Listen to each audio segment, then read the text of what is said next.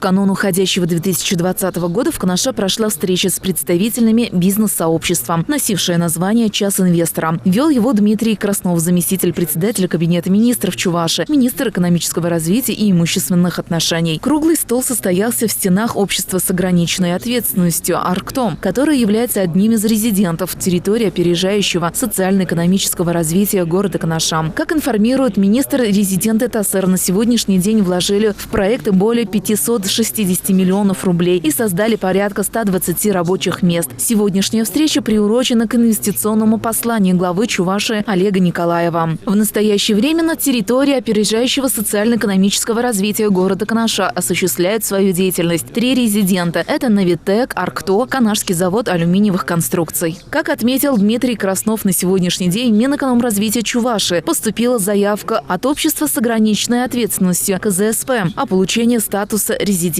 Предприятие представляет проект по производству пластмассы и синтетических смол. Объем планируемых инвестиций равен 110 миллионам рублей. Количество создаваемых рабочих мест – 49. Запуск инвестиционного проекта запланирован на январь 2022 года. Однако все еще остается нерешенным вопрос по размещению проекта на территории индустриального парка города Канаша. На сегодняшний день дополнительно разрабатываются еще 2 инвестиционных проекта. Первый по производству гранулированных коагулянтов. Инвестор – общество с ограниченной ответственностью «Гран-Эко». Он планирует создание 43 рабочих мест. Второй инвестор – общество с ограниченной ответственностью торговый дом «Чувашснабкомплект». Готовит проект по созданию регионального логического центра. В планах создания 15 рабочих мест, объем инвестиций – 42 миллиона рублей. В ходе сегодняшней встречи были заслушаны конструктивные предложения от руководителей предприятий. Они поделились и возникшими трудностями. Министр экономического развития и имущественных отношений Чувашии Дмитрий Краснов отметил, что в настоящее время готовится заявка в Минэкономразвития России на внесение изменений в постановление правительства Российской Федерации для расширения перечня видов экономической деятельности, разрешенных к осуществлению на территории опережающего социально-экономического развития города Канаша. За 2020 год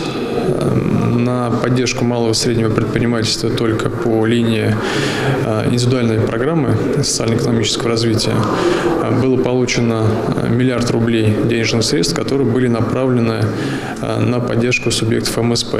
Мы пополнили гарантийный фонд Чувашской Республики, можем выдавать гарантии предпринимателям, которые идут в банк за кредитами. Соответственно, не хватает залогов, не хватает поручительств. Чувашская Республика может предоставить такое поручительство в сумме до 100 миллионов рублей. Это очень серьезная, большая цифра даже относительно других субъектов Поволжья. У нас, наверное, там даже один из самых крупных размеров возможного поручительства. Также был пополнен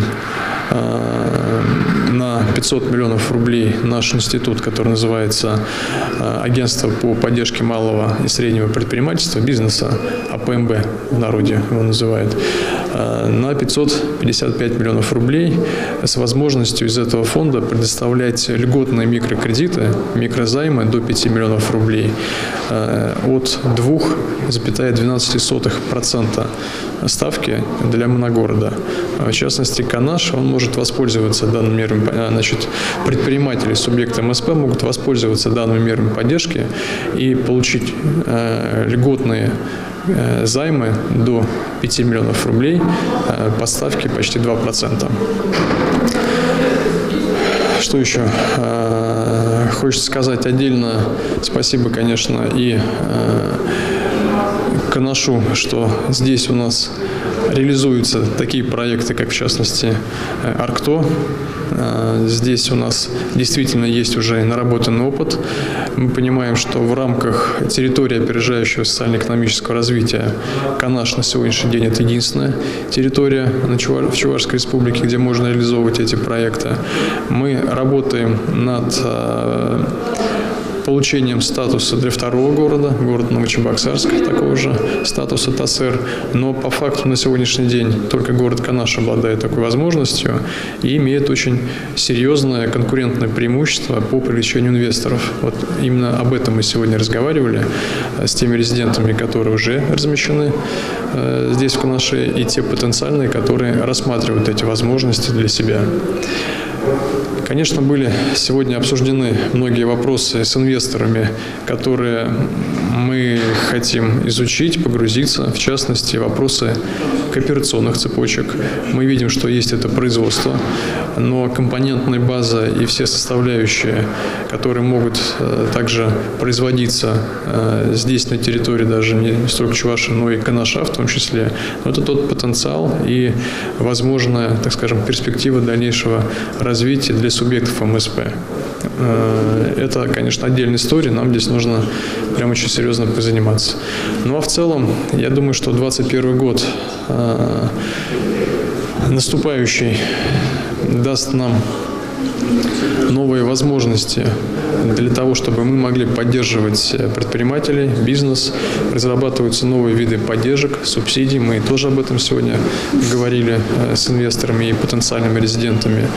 Я думаю, что та программа, по которой мы рассчитываем двигаться в 2021 году, во-первых, даст большую открытость, информированность о всех мерах поддержки, которые есть. Они на самом деле очень серьезные. В следующем году также планируется и по линии ПСР поступление порядка 650 миллионов рублей на поддержку МСП.